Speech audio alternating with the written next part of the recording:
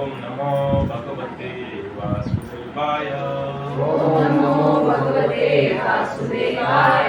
ओम नमो भगवते वासुदेवाय। ओम नमो भगवते वासुदेवाय। ओम नमो भगवते वासुदेवाय। ओम नमो भगवते वासुदेवाय। हरे कृष्ण।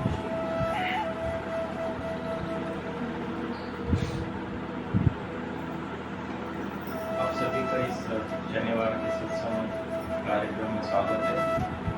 हमने लास्ट सैटरडे जो लास्ट पिछले शनिवार को श्लोक संख्या 19 1.19 उसके ऊपर चर्चा किया था, जिसमें पांडवों के द्वारा शंख सुनने के बाद धृतराष्ट्र के जो पुत्र है उनके हृदय में विदीर्ण होने लगा। विदीर्ण यानी हलबल मची या डरावना जैसे उनको फील हुआ, महसूस हुआ। तो अभी आप इस श्लोक में देखेंगे, श्लोक संख्या 21.20। अथ व्यवस्थितानं दृष्टा धार्तराष्ट्रान् कपिध्वजा प्रवृत्ते शस्त्र संपाते धनुर्मध्यं पांडवा ऋषिकेशं तदा वाक्यम् इदं माय महीपते। इस शब्द का अर्थ हम देखेंगे अभी। अतः मतलब तत्पश्चात, व्यवस्थितान स्थित, दृष्टा देखकर, धृतराष्ट्र के पुत्रों के, कपिध्वज जिसकी पताका पर हनुमान अंकित है, प्रवृत्ते कटिबद्ध, शस्त्र संपाते बाण चलाने के लिए, धनुष्य उद्यम ग्रहण करके उठाकर, पांडवा पांडु पुत्र अर्जुन ने ऋषिकेशम भगवान कृष्ण से, तदा उस समय, वाक्यम वचन, इदम ये, आह कहे, महीपते हे राजा। इसका श्लोक का जो अनुवाद है हम हिंदी में पढ़ेंगे। उस समय हनुमान से अंकित ध्वजा लगे रथ पर आसीन पांडुपुत्र अर्जुन अपना धनुष उठाकर तीर चलाने के लिए उद्युत हुआ। ये राजन, धृतराष्ट्र के पुत्रों को व्यूह में खड़ा देखकर अर्जुन ने श्री कृष्ण से ये वचन कहे। इसका तात्पर्य लिखा है his divine grace Shri Bhaktivedanta Swami Srila Prabhupada की जय। तात्पर्य, युद्ध प्रारंभ होने ही वाला था। उपर्युक्त कथन से ज्ञात होता है कि पांडवों की सेना की अप्रत्यक्षित व्यवस्था से धृतराष्ट्र के पुत्र बहुत कुछ निरुत्साहित थे, क्योंकि युद्ध भूमि में पांडवों का निर्देशन भगवान कृष्ण के आदेशानुसार हो रहा था। अर्जुन की ध्वजा पर हनुमान का चिन्ह भी विजय का सूचक है, क्योंकि हनुमान ने राम तथा रावण युद्ध में राम की सहायता की थी, जिससे राम विजयी हुए थे। इस समय अर्जुन की सहायता के लिए उनके रथ पर राम तथा हनुमान दोनों उपस्थित थे। भगवान कृष्ण साक्षात राम है, और जहाँ भी राम रहते हैं उनका नित्य सेवक हनुमान होता है, तथा उनकी नित्य संगिनी वैभव की देवी सीता उपस्थित रहती है। अतः अर्जुन के लिए किसी भी शत्रु से भय का कोई कारण नहीं था। इससे भी अधिक इंद्रियों के स्वामी भगवान कृष्ण निर्देशन देने के लिए साक्षात उपस्थित थे। इस प्रकार अर्जुन को युद्ध करने के मामले में सारा सब परामर्श प्राप्त था। ऐसी स्थितियों में जिनकी व्यवस्था भगवान ने अपने शाश्वत भक्त के लिए की थी, निश्चित विजय के लक्षण स्पष्ट थे। ओम अज्ञानतिमिरन्धस्य ज्ञानाञ्जनशलाकया चक्षुरुन्मिलितं येन तस्मै श्रीगुरुवे नमः। नमो विष्णुपादाय कृष्णपृष्ठाय भूतले श्रीमते भक्तिवेदान्त स्वामिनिधि नामिने। नमस्ते सरस्वती देवे गौरवाणी प्रचारिणे निर्विशेषा शून्यवादी पाश्चात्य। जय श्री कृष्ण चैतन्य प्रभु नित्यानंद श्री अद्वैत राधा श्रीवासादि गौर भक्तवृंद। हरे कृष्णा कृष्णा कृष्णा हरे हरे, हरे राम राम राम हरे हरे। हरे कृष्ण। सभी का स्वागत है। इस श्लोक में ये बताया गया है कि अर्जुन का जो रथ है, उस रथ के ऊपर जो ध्वज है, कपि ध्वज। कपि कौन है? ध्वज तो फ्लैग है, जो पताका बोलते, जो हम हर एक रथ के ऊपर रहता है। आजकल तो वो सूर्य का लगाते सन, पर पहले गरुड़ जी का या हनुमान जी का ऐसे। तो यहाँ पे हम चर्चा करेंगे कि ये कपि ध्वज का क्या महत्व है और इनके प्रेजेंस में कैसे अर्जुन का विजय निश्चित है। हम देखते हैं कि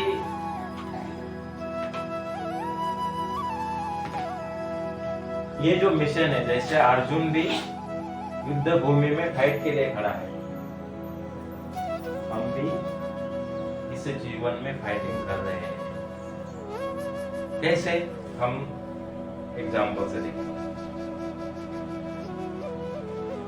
जब श्रीला प्रभुपाद उनके एज के 69 साल में यूएस चले गए थे और न्यूयॉर्क में जाके उन्होंने इस्कॉन की स्थापना की। 1970 के आसपास उनका एक बहुत बड़ा बुक डिस्ट्रीब्यूशन प्रोग्राम था। बुक डिस्ट्रीब्यूशन बहुत अच्छी तरह से हो रहा था। कैलिफोर्निया में उस समय का प्रोग्राम चल रहा था, दिसंबर का महीना, क्योंकि हम दिसंबर में गीता जयंती मनाते हैं। जिस दिन गीता जयंती यानी क्या, उस दिन भगवान श्री कृष्ण ने अपने मित्र अर्जुन को गीता का उपदेश दिया था, गीता बताई थी। ये एक सॉन्ग है, गीता यानी भगवान का एक सॉन्ग है। तो दिसंबर महीने में श्रीला प्रभुपाद के शिष्य उन्होंने कैलिफोर्निया में एक बहुत बड़े बुक डिस्ट्रीब्यूशन आयोजित किया। बहुत संख्या में बुक डिस्ट्रीब्यूट हो गए और ये देखकर वहाँ के जो कॉलेज प्रोफेसर थे कैलिफोर्निया के, वो एक मेंटल कॉलेज चला रहे थे और उन्होंने रिक्वेस्ट किया कि आप यहाँ पे आकर हमारे जो मेंटली जो मेंटल रिटायर्ड लोग हैं उनसे थोड़ा सा सलाह मसलत करो, उनको थोड़ा सा गाइड करो। तो ये भक्तों की सूचना थी प्रभुपाद जी को। तो प्रभुपाद जी ने सिंपल आंसर दिया, उनको बोलो फाइट करो एंड कृष्ण के ऊपर अपना संबंध रखो या भरोसा रखो, संबंध जोड़ो, कृष्ण के ऊपर आप डिपेंड रहो। अब ये दो वर्ड देखिए कितना इंपॉर्टेंट है। आप फाइट करो एंड कृष्ण पे डिपेंड रहो। इसका मतलब ये है, फाइट करो मतलब क्या? अभी जैसे कि अर्जुन युद्ध भूमि में फाइटिंग कर रहा है, उसके सामने उसके सारे जो कजिन ब्रदर्स है, अपने रिलेटिव्स है, फिर भी वो फाइट कर रहा है। सिमिलरली हमारे जीवन में भी हम फाइट कर रहे हैं। हम फाइट कर रहे हैं अपने इंद्रिय कंट्रोल के लिए। हम फाइट कर रहे हैं हमारे अंदर जो हयु जो शत्रु है, अहंकार, काम, लोभ, ईर्ष्या, इसके लिए हम फाइट कर रहे हैं। अभी हम फाइट कैसे कर रहे हैं? आप बोलेंगे मैं तो नहीं फाइट कर रहा हूं, लेकिन हम ये अंदर के जो शत्रु है उनसे हम फाइट कर रहे हैं। क्योंकि जब आप मार्केट में जाएंगे और अगर आपको चाहने वाली चीज आपको मिली नहीं या कुछ कारण झगड़ा हो गया तो आपको क्रोध आता है। क्रोध जब आता है तो हम क्या बोल रहे हैं? मैं तो फाइट नहीं कर रहा हूं, लेकिन क्रोध आ गया मतलब क्या हो गया? क्रोध आपका शत्रु है और आप उस शत्रु को अपना कर अपने आप को वहां पे एक ऐसा प्रेजेंट कर रहे हैं कि मैं बड़ा एक ज्ञानी हूं। तो हमारा फाइटिंग चल रहा है अपने शत्रु के साथ, इंद्रियों के साथ। इंद्रियों को कंट्रोल करना है, इसलिए भी फाइट होता है। और व्यावहारिक जीवन में भी हम फाइटिंग करते हैं। तो हमारा फाइटिंग और अर्जुन का fighting same same in the sense, वो भी फाइट कर रहा है जीने के लिए, हम भी फाइट कर रहे हैं जीने के लिए, अगर एकदम सिंपल लैंग्वेज में कहा है। बट अर्जुन हैड एसोसिएशन, मतलब अर्जुन को एक एसोसिएशन मिला है, साधु संग मिला है। साधु नहीं बोलेंगे, संग मिला है। किसका? हनुमान का। कैसे? हनुमान जी जो मैंने कहा ना, कपिध्वज जो श्लोक में दिया है,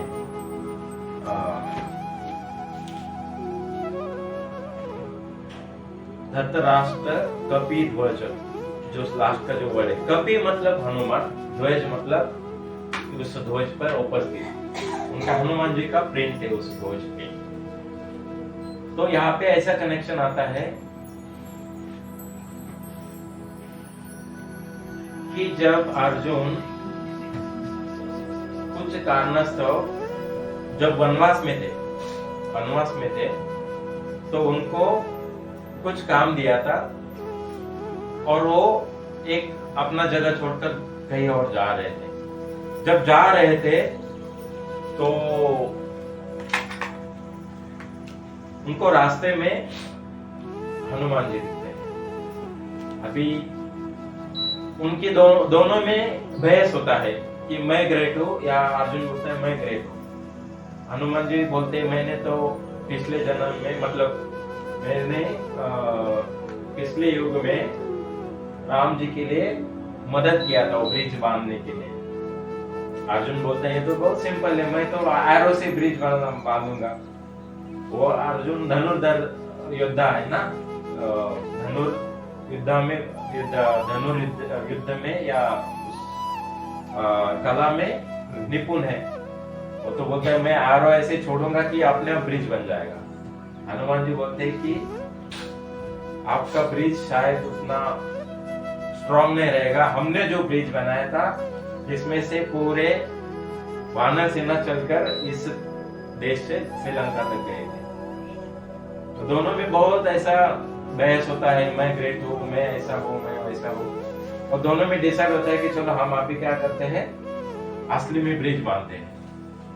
तो जब अर्जुन ब्रिज बांधने लगता है हनुमान जी उसको तोड़ने का प्रयास करता है और जितने एरो अर्जुन मारता है उतने एरो वो पानी में गिरते हैं। और पानी में मतलब अगेन कोई ना कोई देवी देवता उधर रहता है अंदर, जैसे वरुण देव या समुद्र देव। तो जब वो एरोस लगते हैं ऐसा कहा जाता है कि वो कृष्णा उसको क्या कर रहे हैं, प्रोटेक्ट कर रहे हैं एरोस को। और कृष्णा को पता चलता है कि हनुमान जी और अर्जुन दोनों लड़ रहे हैं, बहस कर रहे हैं, लड़े इन फाइटिंग है, बस बातचीत हो रही है। तो आकर बोलते हैं कि आप भी मेरे भक्त हो, आप भी मेरे भक्त हो, दोनों मेरे भक्त है। मैं आपको ये मतलब वहां पे वो बोलते हैं कि मैं आपको ऑलरेडी प्रसन्न हो चुका हूँ। हनुमान जी बोलते हैं कि मैं क्षमा नहीं मांगते हैं, मैं बोलते हैं कि हे अर्जुन मैं क्या करता हूँ मुझे समझ में आया, तुम भी एक ग्रेट योद्धा हो। मैंने भी पिछले युग में लॉर्ड रामचंद्र प्रभु जी का हेल्प किया था, उस हेल्प की वजह से रामचंद्र प्रभु विजयी हुए थे। इसमें जो तात्पर्य में दिया है, क्योंकि हनुमान ने राम तथा रावण युद्ध में राम की सहायता की थी जिससे राम विजयी हुए थे। तो हनुमान जी बोलते हैं अर्जुन को इस बार भी मैं तुम्हें सहायता करूंगा। कैसे? तुम्हारा जो रथ है उस रथ में जो फ्लैग रहेगा उस फ्लैग मेरा रहेगा, मैं उसमें ऐसा प्रेजेंट रहूंगा। और क्या करूंगा, जितने भी शस्त्रास्त्र आएंगे सामने की ओर से उसको मैं वापस भेजूंगा या गिरा दूंगा। तो प्रभु मतलब इस महाभारत में हनुमान जी भी अपना योगदान दिए हैं लड़ाई के समय। इसलिए उनको यहाँ पे हमने कहा ना कि कपि मतलब हनुमान जी ध्वज पर प्रेजेंट है अर्जुन के साथ। अर्जुन के साथ और कौन है? भगवान कृष्ण। कृष्ण स्वयं रामचंद्र प्रभु है।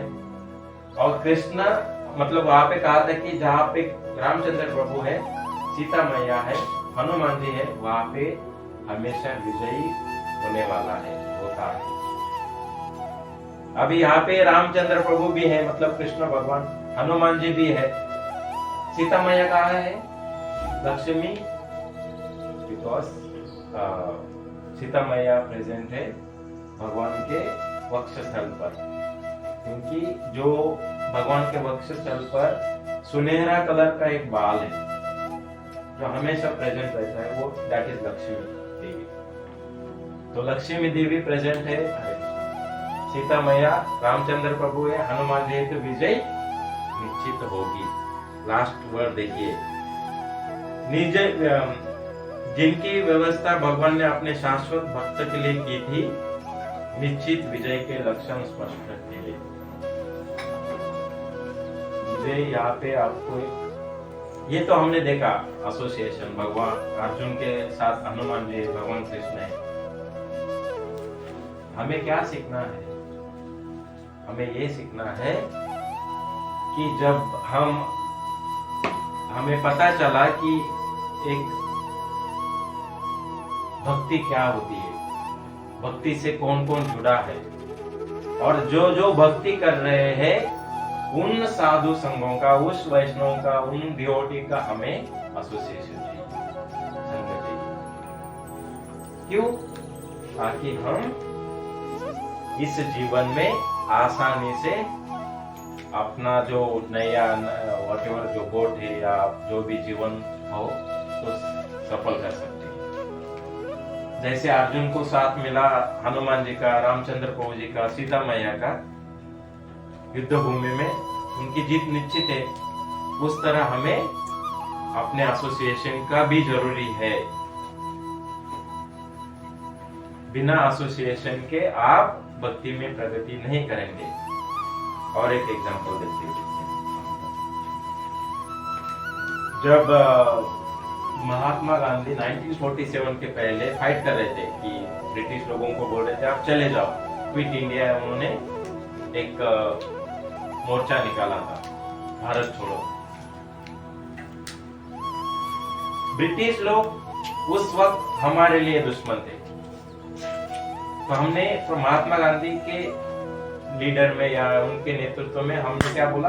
भारत छोड़ो, because you are our enemy, आप दुश्मन है। तो दुश्मन को छोड़ने के लिए मोर्चा किया था। वैसे हमारे जीवन में जब दुश्मन आते हैं तो हमें भी मोर्चा निकालना है। मतलब क्या?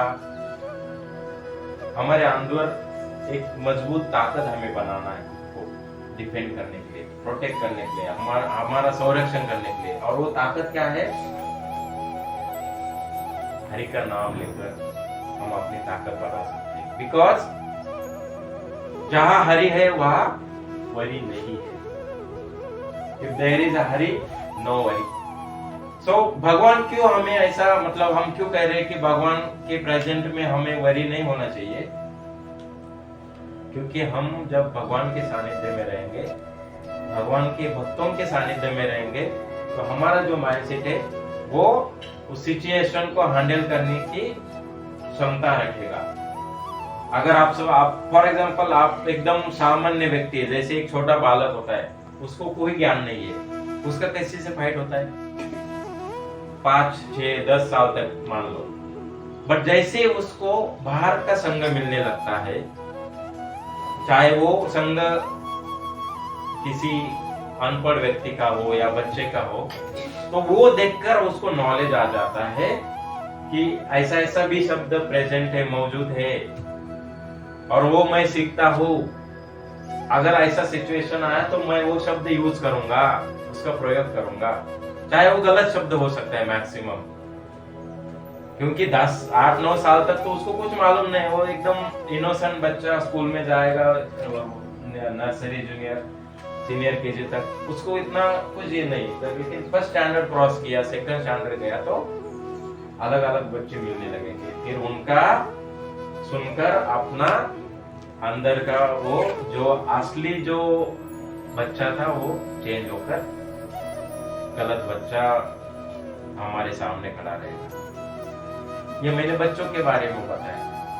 हम प्राउड लोग जो है उनके बारे में भी ऐसा होता है। हम सोचते हैं कि ऐसा कुछ नहीं है। आप मार्केट में चले जाओ या किसी ट्रेन में चले जाओ, टिकट काउंटर पे जाओ, कुछ ना कुछ सिचुएशन आता है, हम अपना धैर्य खो बैठते हैं, क्योंकि हमें ये साबित करना है कि मैं सही हूं। और साबित करते करते हम क्रोध में आ जाते हैं या कुछ हाथापाई करते हैं, कुछ आप शब्द बोलते हैं। वो क्या है? हमारा कमियां है।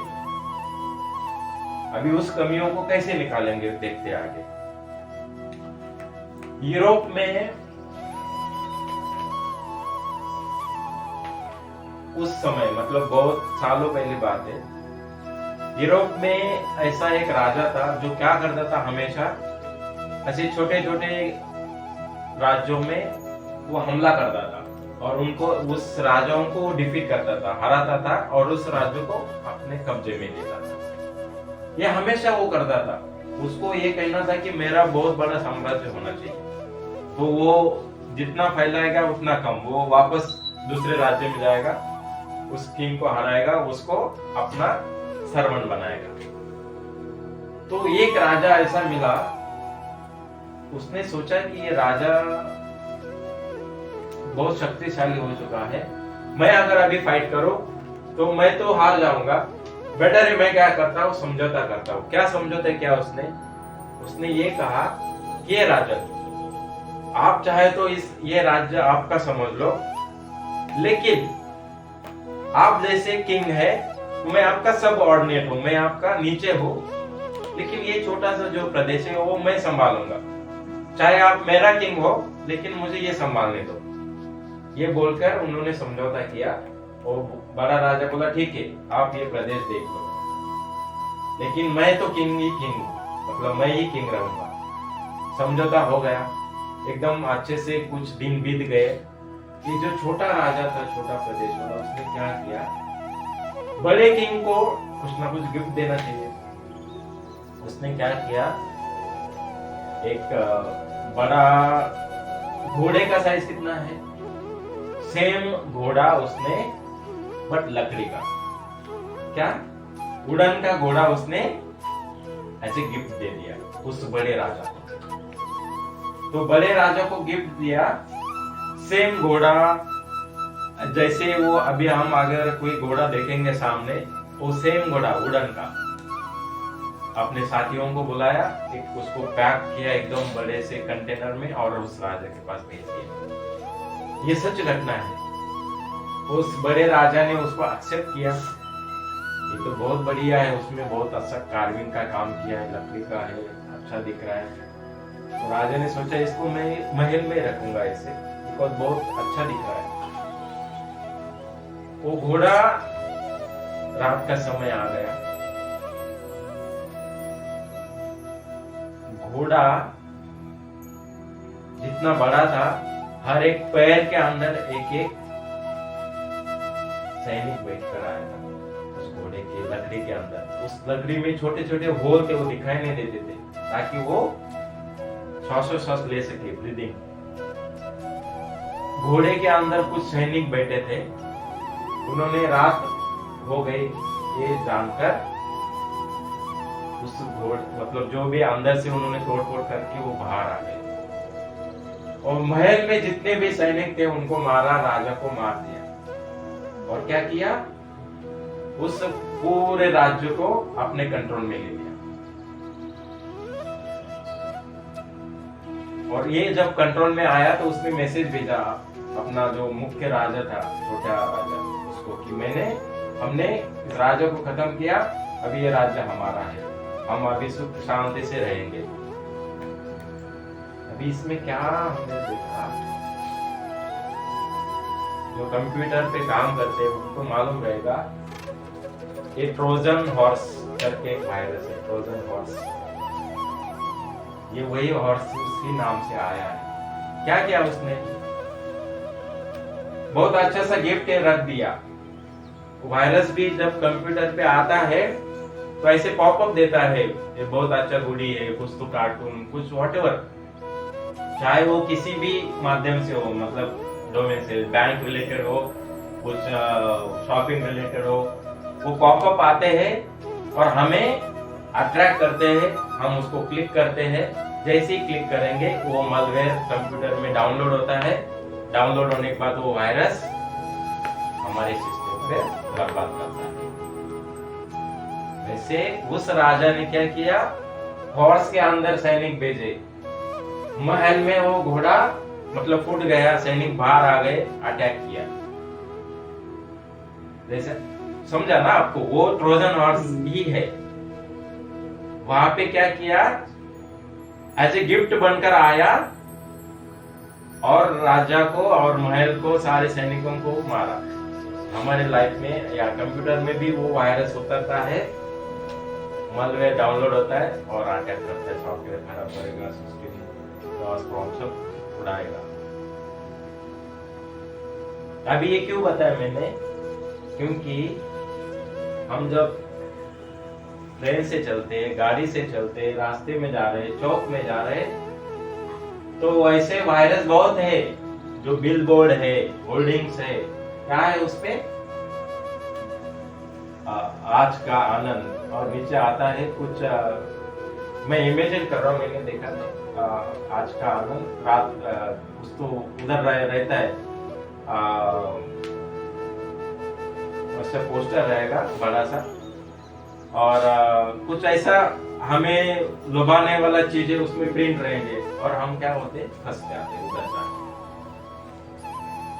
बहुत ये हमेशा होता है। हम बोलते नहीं, जिनको मालूम नहीं है ये क्या है उनको पता चलता है, मतलब जब वो उस को ऑप्ट करते हैं, उस चीज को देखते हैं, जाते हैं और फंस जाते हैं, उनको आप पूछ लो कि क्या हुआ, क्या गए थे, क्यों गए थे, वो बोलेंगे अरे मैंने वहां पे एक बड़ा एडवर्टाइजमेंट देखा और उसमें लिखा था कुछ तो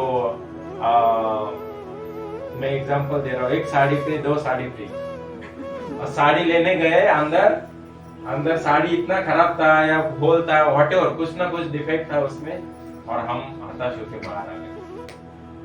हमारा टाइम भी गया, शायद पैसा भी वेस्ट हो गया। ये तो साड़ी के एग्जांपल दिया, ऐसे बहुत सारे हैं, बार्स रिलेटेड हो, डांस रिलेटेड हो, या कई बोलते हैं हम यहाँ से अच्छी जगह पे घूमने जाएंगे, उधर मस्ती करेंगे, डांस करेंगे, मतलब ऐसे लुभाने वाले पॉपअप्स हमेशा आते रहते, मोबाइल पे, टीवी पे, बिल बोर्ड पे। वो भी वायरस है हमारे लाइफ में आने के, बट हमें प्रोटेक्ट होना है अपने एंटीवायरस से, और अपना एंटीवायरस है साधु संग कृष्णा। उनके गुणगान गाओ, उनका हरिनाम में शामिल हो जाओ, तो हम क्या कहेंगे, हमें नॉलेज आएगा। ये सच में यही एक जीवन का लक्ष्य है, बाकी सब कुछ अशाश्वत, मतलब वो एक घड़ी में है। आपने देखा होगा 20 साल पहले जो एडवर्टाइजमेंट था, अभी है क्या वो, अभी वो ऑफर्स है क्या, अभी चेंज हो गया। समाज में ऐसे लोग बैठे हैं हमें ट्रैप करने के लिए, हम सिर्फ मौका देख रहे हैं, अरे ये ट्रैप हो जाएगा, तो वो फटक से जाल डाल देते, तो उस जाल में हमें फंसना नहीं। हम देखेंगे आगे। तो अर्जुन फाइट कर रहे हैं, हम फाइट कर रहे हैं। अगर एक नॉर्मल मनुष्य फाइट करता है सेंस ग्रेटिफिकेशन के लिए, इंद्रिय तृप्ति के लिए, क्योंकि इंद्रिय तृप्ति में वो ज्यादा सुख पाता है, क्योंकि उसके पास नॉलेज नहीं है। अगर भक्ति में बढ़ना है तो इंद्रियों को पार करना पड़ेगा, साइड से पार। अभी इंद्रिय मतलब क्या, जैसे कि हम बोलते हैं ये टंग है, आईज है, ईयर्स है, नोज है, बेली है, मन भी एक उसमें शामिल हो जाता है। तो ये मैं इसलिए बता रहा हूं कि नॉर्मल मनुष्य को अगर नॉलेज नहीं है तो भक्ति में वो आगे नहीं जाएगा, बिकॉज वो सेंस ग्रेटिफिकेशन के लिए काम कर रहा है, इंद्रिय तृप्ति के लिए काम कर रहा है। लेकिन जो मनुष्य भक्ति क्या है, कृष्णा क्या है, अपना संबंध भगवान से क्या है वो जानता है, वो इंद्रिय तृप्ति के लिए काम नहीं करता है, बिकॉज उसको असली नॉलेज आ चुका है। तो हम यहाँ पे देखेंगे कि कैसे ये हमारा जो काम है लस्ट क्रोध में बदल जाता है, और जब वो एक क्रोध में बदल जाता है तो हमारा इसमें 3.37 में इसका मीनिंग दिया है बहुत अच्छा।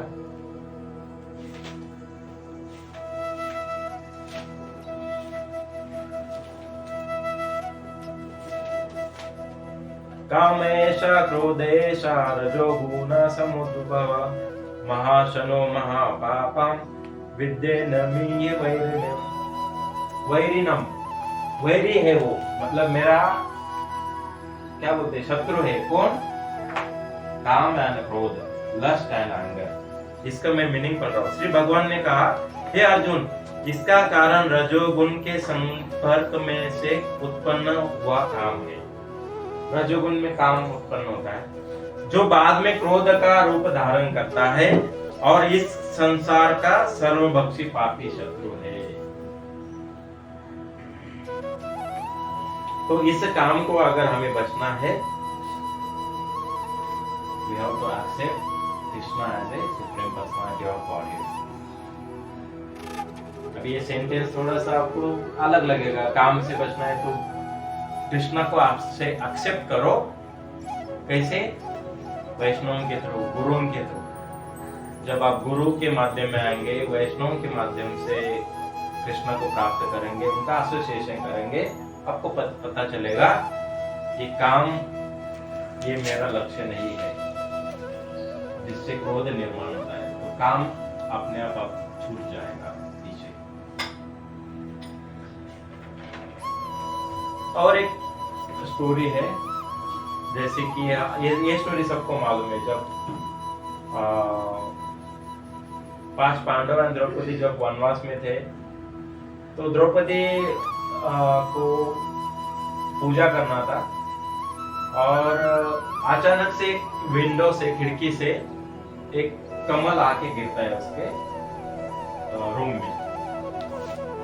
तो वो देखती है, वो कमल जो है उसको सहस्त्र पेटल, मतलब 1000 पेटल, 1000 उसको पंखुड़ियां होती है, ऐसा कमल है। और ये कमल ऐसा साधारण इधर उधर नहीं मिलता है। तो जो जहाँ पे वो रहते थे उससे एक नदियां बहती थी, और द्रौपदी ने फिर क्या बोला भीम को कि मुझे पूजा करना है, मुझे ऐसा ही और कमल चाहिए, आप उसको ढूंढ के लेके आओ। तो अभी इस खिड़की से अगर कमल अंदर आया, कमल मतलब डायरेक्शन तो ये है, तो भीम ने क्या किया, उस डायरेक्शन में जाके देखा तो नदी बहती है, नदी ऊपर से आ रही है पहाड़ से। तो वो ऊपर चढ़कर देखने जा रहे थे। जब जा रहे थे तो बीच में क्या हुआ, एक बड़ा सा वृद्ध वानर इसे रास्ते में लेटा हुआ था। और भीम क्या बोलता है उसको कि ये बंदर मुझे जाने दो, आपकी वजह से रास्ता ब्लॉक हो चुका है, मुझे कमल लाना है जिसको 1000 पंखुड़ियां है। तो वानर बोलता है कि मैं इतना वृद्ध हो चुका हूं कि मैं हिल नहीं सकता इधर से उधर। आपको अगर जाना है तो आप इधर छलांग लगा के जाओ, या तो मुझे उठाकर बाजू में रख दो, फिर चले जाओ। तो यहाँ पे एक छोटा सा सिद्धांत है कि कभी भी हमें चलते समय किसी भी जीवित वस्तु ने, जीवित लिविंग एंटिटी, लिविंग जीवों के ऊपर से छलांग लगाकर नहीं जाना। भीम ने वो नहीं किया, वो बोले कि मैं ऐसे नहीं कर सकता। वानर बोले मैं तो यहाँ से हिलूंगा नहीं, बिकॉज मैं रुद्ध हो चुका हूँ। तो फिर भीम बोला ऐसा है क्या, मेरा तो ये एकदम सिंपल काम है, मैं अपने हाथों से पूछ इधर से उधर करूंगा और चले जाऊंगा। तो भीम नीचे बैठा और उस पूछ को ऐसे पकड़ के हिला, साइड करने लगा। वानर तो हिल नहीं रहे, बहुत प्रयास किया, वानर बिल्कुल हिला नहीं। तो फिर भीम तो आप देखिए 10,000 हाथियों का उसके बल है उसका, और एक वानर की पूंछ को इधर से उधर नहीं कर रहा है। भीम को पता चले ये कोई साधारण वानर नहीं है। उन्होंने हाथ जोड़कर नम्र विनती किया, आप कौन हो, आप कोई साधारण वानर नहीं हो। तो फिर ये वानर हनुमान जी का रूप लेते हैं, मतलब हनुमान जी अपना असली ये रूप दिखाते हैं। और फिर हनुमान जी पता चलता है कि ये, मतलब भीम को पता चलता है ये तो मेरा भाई है, बिकॉज देखा जाए तो दोनों ही सन गॉड के पुत्र हैं ऐसा, तो दोनों भाई हो गए। इसलिए यहाँ पे कहते हैं कि हनुमान जी उस वक्त भी भीम को सहायता किए थे, और वही हनुमान जी अर्जुन को सहायता कर रहे हैं। मतलब भगवान के असली भक्त, डिवोटी, भगवान के सच्चे भक्त क्या कर रहे हैं? आपने सानिध्य में, आपने आजू बाजू में कोई अगर आता है पूछकर, उसको क्या कर रहे हैं? मदद कर रहे हैं। सिद्धांत यह है कि गुरु के आश्रय में जो भक्त है, उस भक्त का संग ले लो, वो आपको क्या करेगा? सही रास्ता दिखाएगा। अभी यहाँ पे हम देखेंगे कि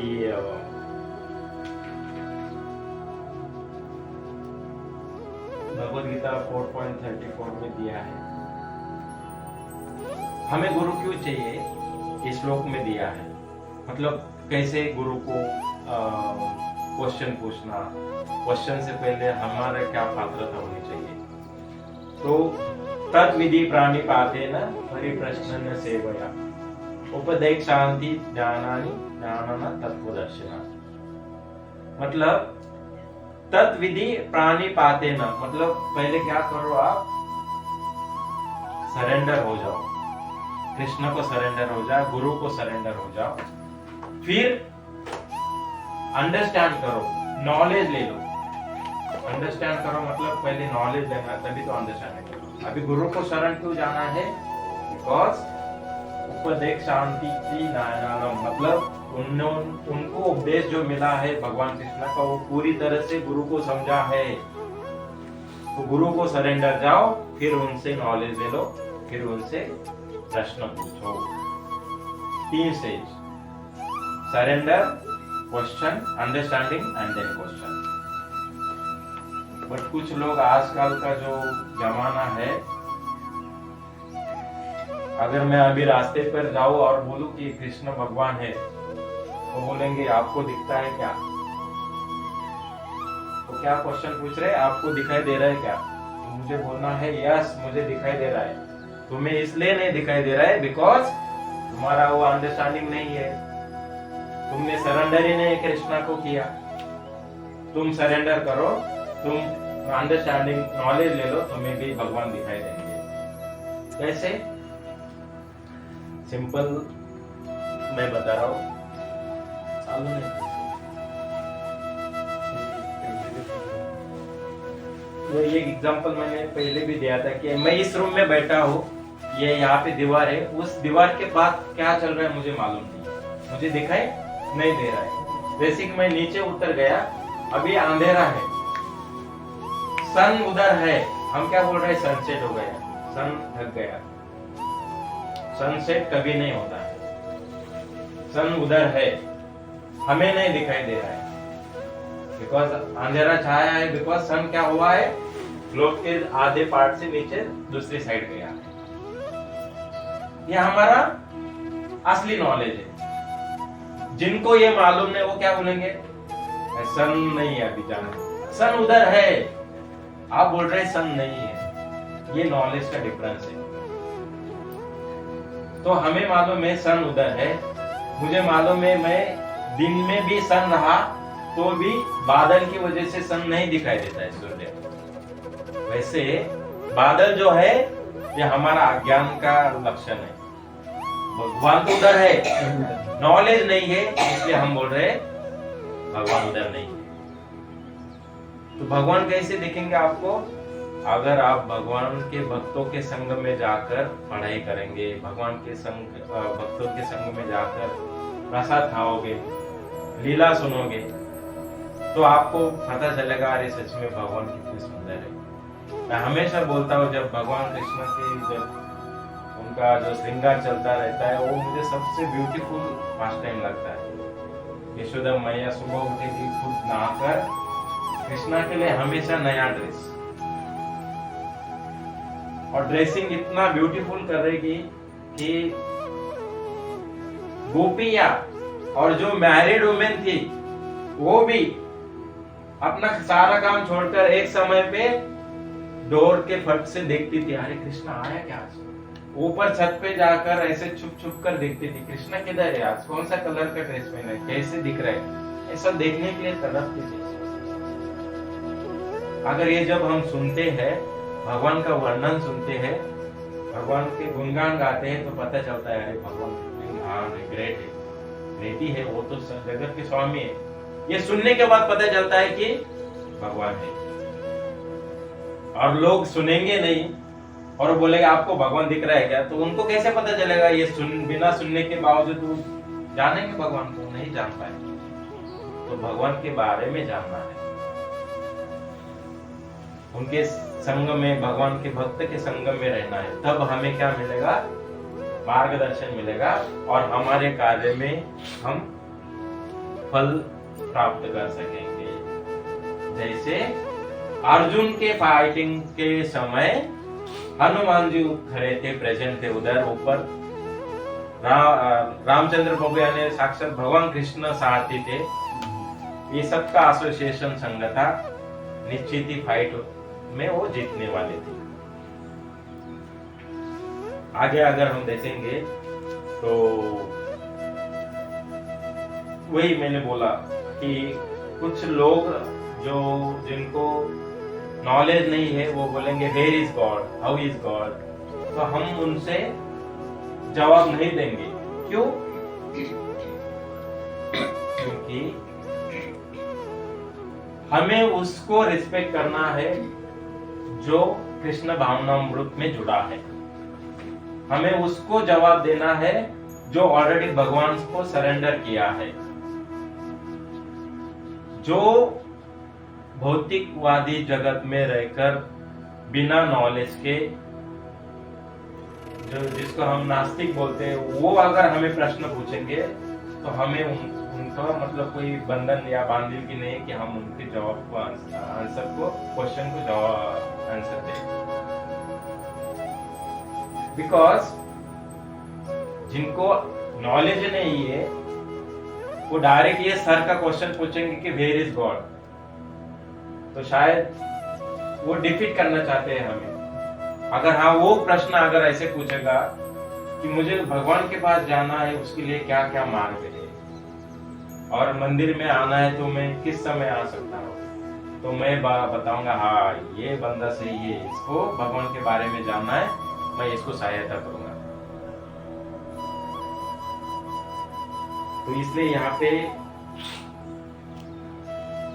और एक एग्जांपल, क्यों मुझे उसको रिस्पेक्ट नहीं करना है? नहीं, रिस्पेक्ट करना है उसको, कोई पर्सनल लेवल पे हमें डिस्टर्ब नहीं करना है। बट वो अगर आर्गुमेंट करने लगा कि भगवान कहाँ है आप दिखाओ, तो उसको मैं हमें जवाब नहीं देना। जैसे कि एक जंगल में सिंह है, सिंह किंग है, राजा है। क्यों? सारी जो जंगल में जितने भी छोटे मोटे एनिमल्स है, टाइगर हो, हरिन हो, फॉक्स,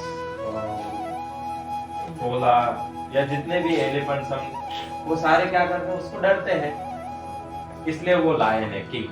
बट उस किंग का पोजीशन का उसको क्या फायदा है? क्या उसको भूख लगी तो खुद अपने पैरों पर जाकर शिकार करना पड़ता है, फिर वो शिकार भोजन करेगा। उसी तरह समाज में ऐसे कुछ लोग हैं, फॉर एग्जाम्पल पॉलिटिकल लीडर, वो अपने आप को लीडर समझते हैं, अगर उस पोजीशन का वो अगर सही से इस्तेमाल नहीं करेंगे तो why we should respect them. अभी जैसे कि एक बहुत, मैंने अभी एग्जांपल दिया, एक पॉलिटिकल लीडर है, भले ही वो लीडर है, लेकिन अगर उसने उस लीडर होते हुए ये जानने की कोशिश ही नहीं है कि मंदिर अगर बनेंगे तो सारे लोग उसमें जुड़ेंगे और आध्यात्मिक जीवन में वो अपना जीवन बिताएंगे आध्यात्मिक स्तर पर, फिर भगवत प्राप्ति करेंगे, ऐसा सोचने वाला अगर लीडर है तो उस लीडर का उस मतलब वो पोजीशन को कुछ वैल्यू है। लेकिन वो ऐसे सोचेगा नहीं, वो लीडर है बोल के ऐसे बिना, जैसे कुत्ते होते हैं ना, मतलब कोई मतलब कभी कुछ सोचते नहीं है रास्ते पे, चाहे वो, आपने एक एग्जांपल बहुत अच्छा मुझे याद है, डॉग का इसलिए मैं बोल रहा हूँ, डॉग जो है वो ईमानदार प्राणी है। वो अपने मालिक के इशारों पे काम करता है, मास्टर, उसका मालिक मास्टर, और अपने मालिक के इशारों पे काम करता है ये सोचकर कि जब मालिक खाना खाएगा तो जो बचा कुचा रहेगा वो मुझे मिलेगा, वही उसका जीवन संतुष्ट हो जाता है वही पे। ये कुत्ते का सोच है, ठीक है। सिमिलरली लायन भी वही करता है, अटैक करेगा, खाएगा, बैठेगा। पॉलिटिकल लीडर क्या करेंगे, अपने पोजीशन का मिसयूज करेंगे, अपने जो भी नॉलेज नहीं है ना, जितना लोग हैं जो उनके आगे पीछे घूमते हैं उनका फायदा करेंगे, मिसयूज करेंगे एंड खुद को बोलेंगे मैं ग्रेट। सो मैंने यहाँ पे एग्जांपल इसलिए दिया बिकॉज उनको आगे का नॉलेज नहीं है। इज इक्वल टू डॉग भी उतना ही ना, बस मेरा जीवन उतना ही है, मालिक की सेवा करना ईमानदारी से। वो बोलेगा इधर बैठो, उधर बैठने का, वो जंप करो, उधर जंप करने का। कभी कभी समझ में नहीं आता है कि मालिक कौन है, बिकॉज रास्ते पे जब कुत्ता आता है तो कुत्ता आगे रहता है, मालिक पीछे रहता है।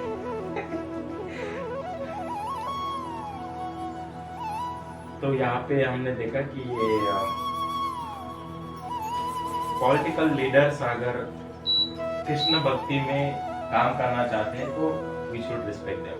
अगर वो अपने हिसाब से काम कर रहे हैं मतलब वो उनको अभी तक आत्म साक्षात्कार नहीं हुआ अपने जीवन में।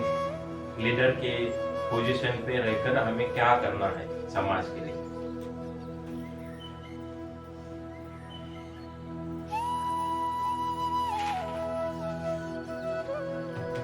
छोटा सा कथा है इसमें, और मैं ये कथा इसलिए बोल रहा हूँ कि जो फुलिश लोग है ना, मतलब मूर्ख लोग, कृष्ण को भगवान नहीं मानते। तो जैसे कि भगवान कृष्ण 3 महीने के थे और उसने एक राक्षसी को मारा था, उसका नाम था पूतना। अभी ये लोग कहते हैं कि ये कथा मतलब एकदम शॉर्ट में बताया, जैसे कि ये पूतना जो है कंस ने भेजा था और पूतना को लगा कि मैं इसको ब्रेस्ट फीडिंग करके इसको बच्चे को मार दूंगी। बट कृष्ण तो दोनों जानता है। वो ये भी सोचा कि ये तो मैया जैसी है, मुझे दूध पिला रही है। तो वो एक समय एक क्षण पे माँ कहकर मतलब संबोधित कर रहे, आश्चर्य का। तो माँ को मैं कैसे मारूंगा? ठीक है मैं मारता हूँ, लेकिन उसको भगवत धाम में भेजो।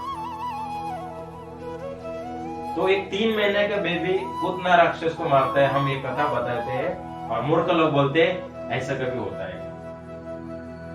अरे जो आपने ये कथा सुनकर डिसीजन दे दिया, लेकिन आपने इस कथा के पहले क्या हुआ, जन्म समय क्या हुआ, कृष्ण भगवान जब जेल में पैदा हुए थे, प्रकट हुए थे, तो वो कैसे इधर से उधर ट्रांसफर हो गए। यमुना के अंदर से जाते समय यमुना में अपने आप नीचे हो गई, कम हो गई, ताकि ये सही से उस तरफ जा सके, गोकुल तरफ। तो ये सब लीला सुनेंगे तो हम जानेंगे कि हमें ये पहले का नॉलेज है। अभी हमने जो कथा सुना पूतना को मारा, ये सच में है। लेकिन जिसको पहले का नॉलेज है वो क्या बोलेगा, नहीं ये बेबी कृष्ण 3 महीने का ऐसे कैसे मार सकते हैं। तो पुलिस लोगों के मुंह नहीं लगने का, because they are not accepting Krishna as the supreme personality of Godhead. और समाज में ऐसे एनिमीज रहते हैं। जब हम हाँ एक चीज है, हमें किसी से पर्सनल लेवल पे जाके बोलना नहीं है। उसका क्वेश्चन है, अगर हमारे पास आंसर है हम आंसर दे दो। अपना जो लाइफस्टाइल है, जो कृष्ण भावनामृत वाला है, वो हम सही से रखेंगे। लेकिन हमारे भक्ति में कोई अगर बाधा डालता है तो उसको ऐसे ही उठाकर साइड में रखना है। तुम अपना लाइफ जियो, मैं मेरा लाइफ जीता हूँ। बिकॉज तुम्हारे विचार से, तुम्हारे सहयोग से अगर मेरी भक्ति बढ़ेगी तो वेलकम, अगर मेरी भक्ति डिस्टर्ब होगी तो आउट। जैसे ब्रिटिशों को एग्जिट करने के लिए बोला था भारत छोड़ो महात्मा गांधी ने, वैसे हमारे लाइफ में ऐसे एनिमीज आते हैं, शत्रु आते हैं, उनको एग्जिट का डोर दिखाना है। तो अर्जुन ने यहाँ पे युद्ध के लिए रेडी हो गए। कथा इसमें हम देखेंगे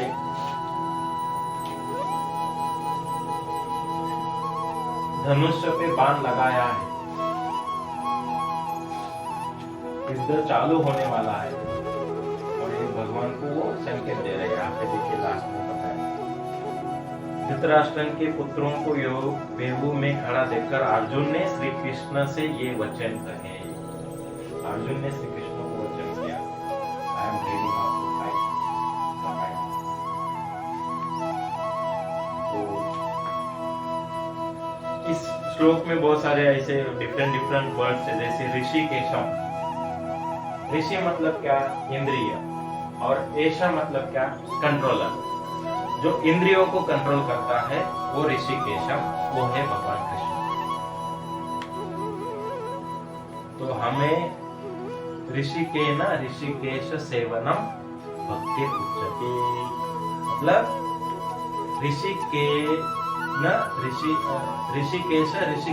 ऋषिकेन मतलब भगवान कृष्ण की अगर हम अपनी इंद्रियों को कंट्रोल करते हुए भगवान के इंद्रियों को संतुष्ट करने में जुड़े लगे, वो सबसे अच्छी भक्ति है। इसलिए ये ऋषिकेश नाम यहाँ पे आया।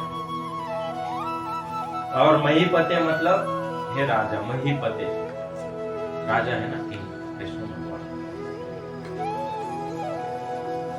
ठीक है, इस श्लोक में आज हम यही पे कथा को विराम देते हैं। कुछ अगर प्रश्न है तो आप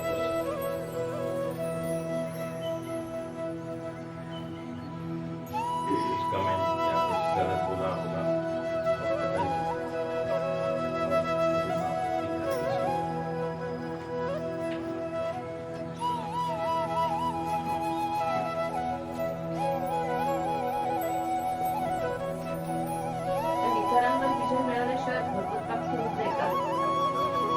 विकारांवर विजय मिळवल्याशिवाय भगवत प्राप्ती तुम्हाला जशी पाहिजे तशी नाही होणार। आता याचा अर्थ काय की तुम्ही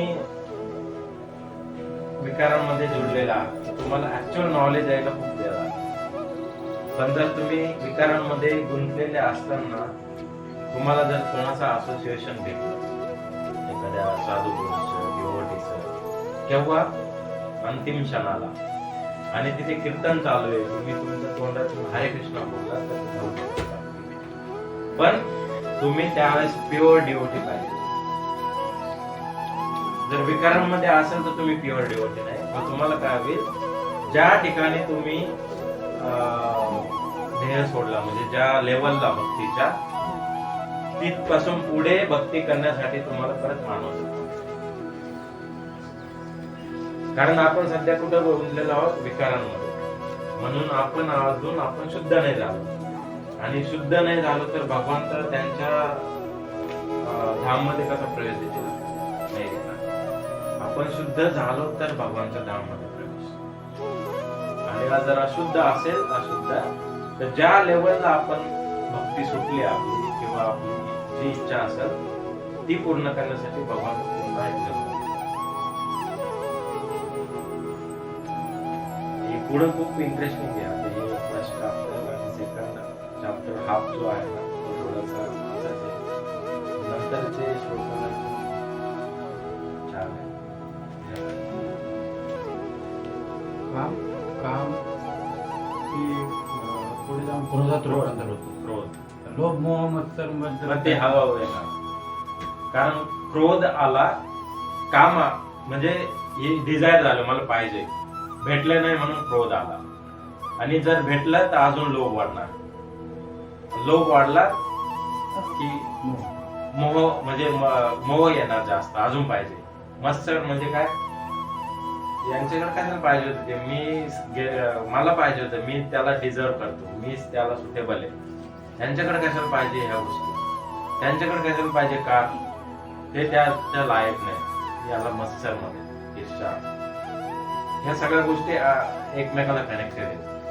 जसं एक साखळीमध्ये एक चेन असते ना, एक एक एक एक गोल गोल, ते एका साखळीत गुंतलो आपण की पुढच्या स्टेजला पडत त्या साखळीत पडायचं नाही, चेन मध्ये अडकायचं. म्हणजे अपेक्षा करायची नाही, अपेक्षा करायची नाही. आता तुम्ही म्हणाल की अपेक्षा न करता कसं होणार. तुम्ही जर विदाउट अपेक्षा म्हणजे तुम्हाला गोल ठेवलेला आहे, तुम्ही गोल किंवा तुमचं एक ध्येय ठेवलेलं आहे समोर, त्यासाठी तुम्ही प्रयत्न करा. आणि जर तुमचे प्रयत्न हे सक्सेस हवे असेल तर तुम्हाला काय करावं लागेल, ते जे हे मला भेटलं पाहिजे ही जी अपेक्षा आहे ना ती ठेवू नका. कारण काय होईल, जर तुम्ही पहिल्या स्टेजला अनसक्सेसफुल झाला तर त्या अपेक्षा भंगामुळे मे बी तुम्ही अजून फॉल डाऊन होऊ शकता. कर्म करायचे पण फळाच्या अपेक्षा नाही, असं आहे. तो श्लोक आहे ना, कर्मने वाधिकार असते फलेषु कदाचित्. हा कर्म फल हेतु आहे तो संगा शाश्वती कर्म. म्हणजे फळ करा तुम्ही, म्हणजे कर्म करा, फळाच्या अपेक्षा करा. एकदम सिंपल आहे. कारण कर्म काय, आपल्याला ती duty, we are conditional soul. Constitutional duty जसं म्हणतो ना, जसे कंडिशनल ड्युटी आपली कॉन्स्टिट्युशनल कंडिशनल ड्युटी. काय ड्युटी आहे, मला घर परिवार आहे, घरी परिवार सांभाळण्यासाठी मला जॉबला जायचं आहे, मी काम करणार आहे, त्यातनं सॅलरी येणार आहे. सॅलरीमध्ये मी माझ्या मुलांचं संगोपन किंवा आजी आजोबा आई वडील त्यांचं संगोपन करणार. आणि दुखण्याच्या वेळेस किंवा काही गोष्टी विकत घ्यायच्या असतात, ते जरुरी असतात, त्यासाठी माझ्याकडे पैसा आहे, ते सांभाळण्यासाठी मला पैसा पाहिजे. हे तुमचं कर्म आहे, ही ड्युटी तुम्ही करा. हा, तिथे सॅलरी भेटते ही तुमची अपेक्षा नाहीये, ती सॅलरी तुम्हाला येणार because you are doing your duty. तर ड्युटी करता म्हणून फळ येणार. पण मला आता सपोज एखाद्या एक्झाम मध्ये खूप सारे मार्क्स हवे, तर तुम्ही सेट केलेलं आहे 100 मार्क्स हवे, त्यासाठी तुम्ही प्रिपरेशन केलं. हाँ, आपने अगर ऐसा गोल सेट किया है कि मुझे 100 मार्क्स चाहिए और आपने एग्जाम की प्रिपरेशन के लिए ऐसे स्टेजेस बनाए कि मैं सुबह ये सब्जेक्ट पढ़ूंगा, दोपहर को ये सब्जेक्ट पढ़ूंगा और रात को मैं दोनों सब्जेक्ट का रिवीजन करूंगा. रिवीजन होने के बाद मैं किसी फ्रेंड को मेरा अंडरस्टैंडिंग बताऊंगा. तो आपने ये स्टेजेस रखे हैं. अगर आपने 100 मार्क्स के लिए ये स्टेज रखा और 2-3 दिन आपने अच्छे से पढ़ाई किया और सामने वाला बोला कुछ कि नहीं नहीं ये सही है, ये गलत है, या कुछ आपको समझ में नहीं आया, आप क्या बोलेंगे, अरे मैं कुछ बोलने जा रहा था, मैं कुछ अंडरस्टैंडिंग था, बट ये मुझे ऐसे विरोधाभास में बोल रहा है, ये नेगेटिव में बोल रहा है, तो मैं शायद जो पढ़ाई उस समय थोड़ा कम करूंगा या छोड़ दूंगा, मैं किसी और से बात करूंगा. फिर क्या होता है, हम फल की अपेक्षा रखे लेकिन वो फल हमें उस समय मिला नहीं, तो हमारा ध्येय से हम क्या हो गए, बह गए, निकल गए, दूर हो गए.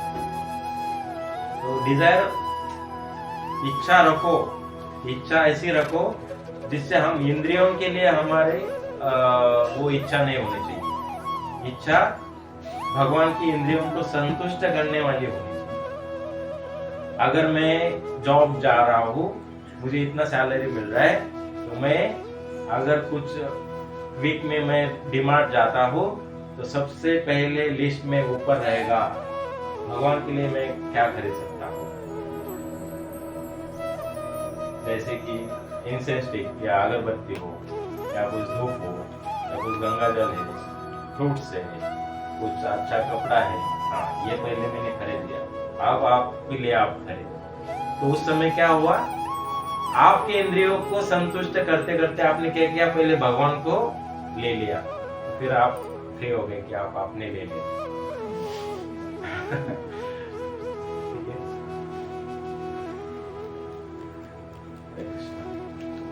हम अभी इसके बाद डायरेक्ट प्रसाद लेंगे।